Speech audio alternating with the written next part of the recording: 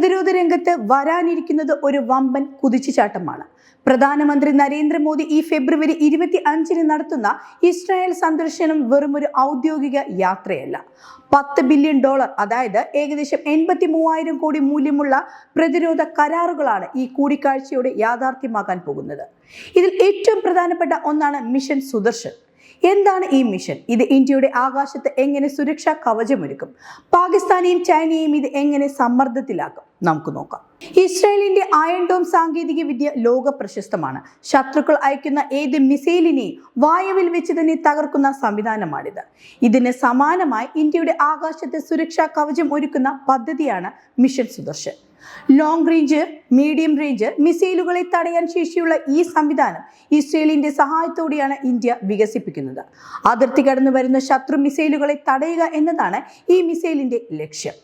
ഇതിന് പുറമെ ലേസർ ഉപയോഗിച്ച് മിസൈലുകളെ തകർക്കുന്ന പുത്തൻ സാങ്കേതിക വിദ്യയും ഇതിന്റെ ഭാഗമായി ഇന്ത്യക്ക് ലഭിക്കും. ഇസ്രയേലിന്റെ റാംബേജ് മിസൈലുകളും ഹാറോപ്പ് ഡ്രോണുകളും ഉപയോഗിച്ച് ഇന്ത്യ പാകിസ്ഥാൻ അതിർത്തി കടന്ന് നടത്തിയ ആക്രമണം ശത്രുക്കളുടെ ചൈനീസ് നിർമ്മിത പ്രതിരോധ സംവിധാനങ്ങളെ തകർത്തെറിഞ്ഞു. ഈ കൃത്യതയുള്ള ആക്രമണങ്ങൾ ലോകരാജ്യങ്ങളെ ഞെട്ടിച്ചു. ഇതുപോലുള്ള കൂടുതൽ ആയുധങ്ങൾ, അതായത് ഗ്ലൈഡ് ബോംബുകൾ, അത്യാധുനിക എയർ ടു സർഫസ് മിസൈലുകൾ എന്നിവ സ്വന്തമാക്കുകയാണ് മോദിയുടെ യാത്രയിലൂടെ ലക്ഷ്യമിടുന്നത്. വെറും ആയുധങ്ങൾ വാങ്ങുക മാത്രമല്ല ഈ സന്ദർശനത്തിന്റെ ഉദ്ദേശം.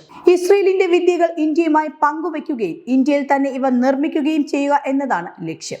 ക്വാണ്ടം കമ്പ്യൂട്ടിംഗ്, അത്യാധുനിക കൃഷിരീതികൾ, വാട്ടർ മാനേജ്മെന്റ് തുടങ്ങിയ മേഖലകളിലും വമ്പൻ സഹകരണമാണ് ഉണ്ടാകാൻ പോകുന്നത്. ആത്മനിർഭർ ഭാരത് പദ്ധതിക്ക് വലിയൊരു കരുത്തായിരിക്കും ഈ ഇന്ത്യ ഇസ്രായേൽ ചങ്ങാത്തം. ചുരുക്കത്തിൽ, ഇന്ത്യയുടെ പ്രതിരോധ ചരിത്രത്തിലെ ഏറ്റവും നിർണായകമായ ഒരു അധ്യായത്തിനാണ് നരേന്ദ്രമോദിയുടെ ഈ ഇസ്രായേൽ സന്ദർശനവും സാക്ഷ്യം വഹിക്കാൻ പോകുന്നത്. മിഷൻ സുദർശൻ യാഥാർത്ഥ്യമാകുന്നതോടെ ഇന്ത്യക്ക് നേരെ വരുന്ന ഏത് വെല്ലുവിളിയെയും വായുവിൽ വെച്ച് തന്നെ ചാരമാക്കാൻ നമുക്ക് സാധിക്കും.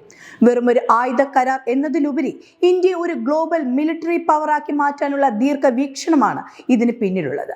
ശത്രുക്കളുടെ നീക്കങ്ങളെ നിഷ്പ്രഭമാക്കുന്ന ഈ അത്യാധുനിക സാങ്കേതിക വിദ്യകൾ നമ്മുടെ സൈന്യത്തിന്റെ ആത്മവിശ്വാസം ഇരട്ടിയാക്കുമെന്ന കാര്യത്തിൽ സംശയമില്ല.